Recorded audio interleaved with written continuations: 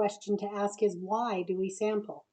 Well, I think that's pretty obvious to most of us. When you have a population of interest and you've got a research question you want to ask about that population, it's just not realistic to take everyone in that population and do the study with them. It's also not necessary statistically. You can get all the information you need with a good solid sample.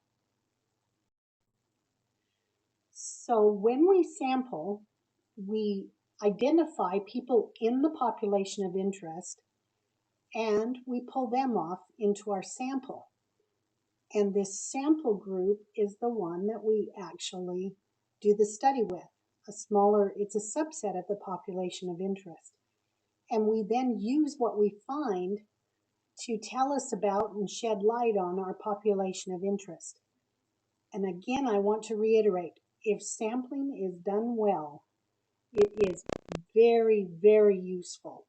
You do not need to sample your whole population of interest, or you don't have to study your whole population of interest if you know how to sample really well.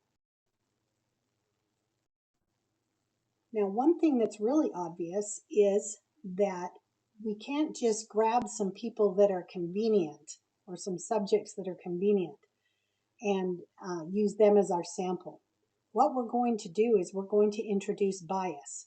And I'm not talking about a bias like the researcher is an evil person or has something against groups of people.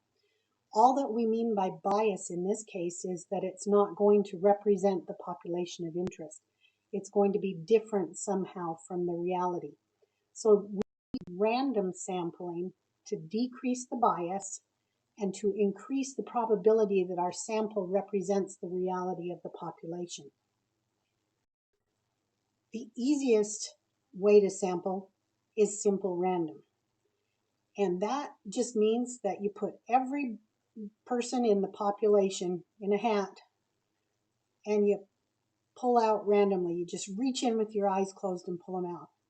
Well, obviously, we're not going to do that with people or dogs or cars or whatever we're really studying. So thank goodness for technology.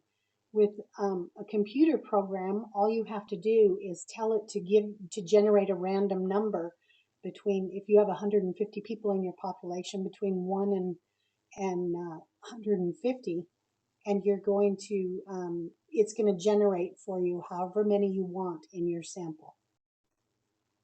So just to wrap it up, we use a sample to make inferences about a population.